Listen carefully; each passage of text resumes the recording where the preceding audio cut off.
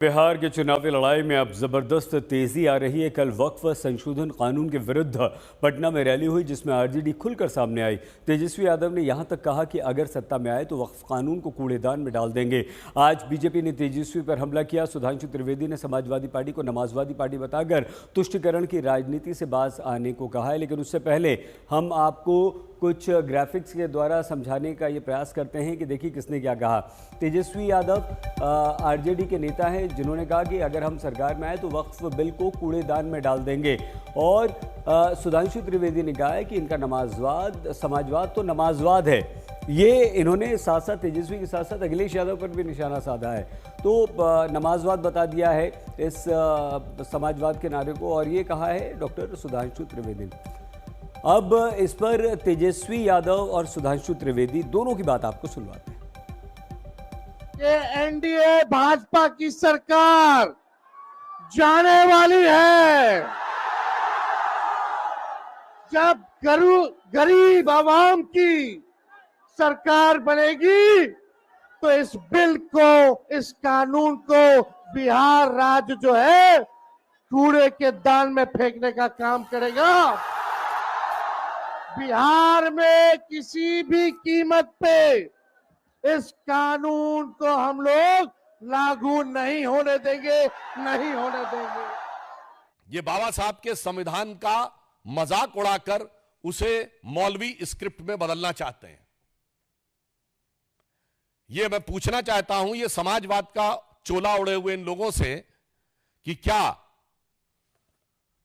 राम मनोहर लोहिया जी का समाजवाद यही था? क्या जेपी का समाजवाद यह था? या कर्पूरी ठाकुर का समाजवाद यह था?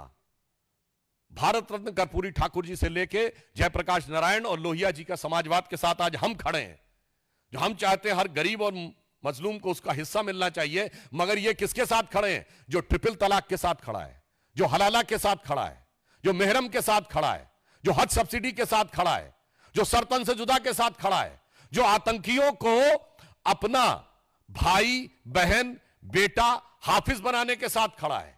इसलिए हम साफ कह सकते हैं कि हम समाजवाद के पक्ष में भाजपा और जदयू खड़ा है, और आज के ये राजद और समाजवादी पार्टी जैसे दल नमाजवाद के पक्ष में जाकर खड़े हो गए।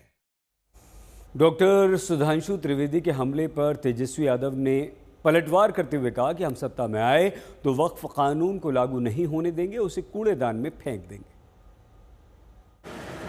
आइए, भाजपा के जो सुधांशु त्रिवेदी जी हैं, इन लोगों का कोई देश की आजादी में कोई योगदान रहा है क्या? ये लोग तो अंग्रेज के गुलाम रहे हैं। लोग इमरजेंसी में इनके पिता जेल गए क्या? मेरे पिता इमरजेंसी में जेल गए। ये लोग क्या हम लोगों को बताने का काम करेगा? और किसान कानून जो इन लोगों ने बनाया था, कौन कूड़ेदान में फेंका था? मोदी जी ना फेंके थे। हाँ, वो तो कूड़ेदान में फेंक सकते हैं। तो जो गैर संवैधानिक है उस बिल को हम क्यों ना फेंके, उस कानून को हम क्यों ना फेंके? आज पसमानदा मुसलमानों का जिस तरह आरजेडी ये बोल रही है कि हम वक्फ बोर्ड बिल फाड़ देंगे, तो ये कौन नया चीज करेगा? ये लोग तो आरक्षण विरोधी है। महिलाओं को आरक्षण मिल रहा था अटल जी के समय, तो तब बिल फाड़ दिया था। तो इन लोगों का इतिहास ही है कानून पर भरोसा नहीं करना, गुंडागर्दी करना। राजद का मतलब ही है अपराधीकरण, गुंडागर्दी करना और बिल को फाड़ना।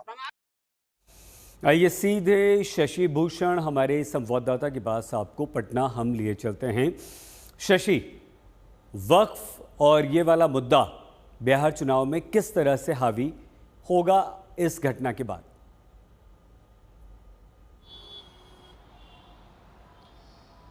बयानों का दौर तो जारी है सही जी। आपने खुद तमाम बयान दिखवाए हैं जिसने बिहार की सियासत को गर्म करके रखा हुआ है। तेजस्वी यादव जो नेता प्रतिपक्ष हैं उनके लिए कल बड़ा मौका था, बड़ा मंच उनको मिला। जिस तरह से बिहार में मुस्लिम धार्मिक संगठन इमारत सरिया ने मुस्लिम पर्सनल लॉ बोर्ड के साथ मिलकर के एक आयोजन किया था वक्फ बचाओ संविधान बचाओ सम्मेलन का, उसके मंच पर तेजस्वी यादव ने बोलते हुए कहा कि वो अगर सत्ता में आए, बिहार की सत्ता में आए, तो बिहार में उनकी सरकार बनते ही इस कानून को वो कूड़ेदान में फेंक देंगे। और वहीं से ये सियासत जो है वो तेज हुई, रफ्तार पकड़ी। आज दिल्ली में प्रेस कॉन्फ्रेंस बीजेपी की तरफ से, यहाँ डिप्टी सीएम सम्राट चौधरी निशाना साध रहे हैं। तेजस्वी यादव जमुई में है, वो वहाँ से पलटवार कर रहे हैं। और आप देखिए बीजेपी ने एक कड़ी और आगे बढ़ाते हुए आज अपनी पार्टी में कई ऐसे नेताओं को सदस्यता दी है जो पसमंदा मुस्लिम समाज से आते हैं। तो आप ये समझ सकते हैं, दर्शक ये समझ सकते हैं कि बिहार में किस कदर राजनीति जो है वो चुनावी है। और यहाँ पर वक्फ को लेकर के कहीं न कहीं ध्रुवीकरण की कोशिश बीजेपी भी चाहेगी ताकि उसको फ़ायदा मिल पाए। बिहार में जातिगत गणित जो है उससे ऊपर उठ करके अगर कहीं पोलराइजेशन होता है तो बीजेपी को एडवांटेज मिलेगा। और तेजस्वी यादव ये कोशिश कर रहे हैं कि मुसलमानों का वोट कहीं बटे नहीं, कटे नहीं, और वो वक्फ के साथ जो पुराना नियम है उसके साथ खड़े होकर के नए बिल का विरोध कर रहे हैं, कानून का, ताकि ये मैसेज दे सकें लगातार कि उनकी पार्टी जो है इस मामले पर कहीं भी बीजेपी के सामने झुकने को तैयार नहीं है। सही जी, ठीक है शशि, बहुत धन्यवाद आपका। शशि भूषण हमारे संवाददाता जानकारी दे रहे थे। कल तेजस्वी यादव ने भी ये कहा कि वो बिहार की जनता से सिर्फ 20 महीने मांग रहे हैं, 20 महीनों में वो बिहार का काया पलट कर देंगे। अब इस बयान पर भी तनातनी काफी बढ़ गई है। आपने इनको 20 साल से आपको केवल 20 महीना दे दीजिए, बस केवल 20 महीना। जो 20 साल में काम नहीं हुआ वो 20 महीना में हम काम करके दिखाएंगे। देश के सबसे युवा प्रदेश बिहार के नौजवानों की जवानी को हम बर्बाद नहीं होने देंगे। वो मुर्दों की बात करेंगे, आप मुद्दे की बात करना। आज नेता प्रतिपक्ष तेजस्वी यादव बोलते हैं कि भैया हमको 20 महीने का समय दे दीजिए, हम 20 साल जितना काम करेंगे।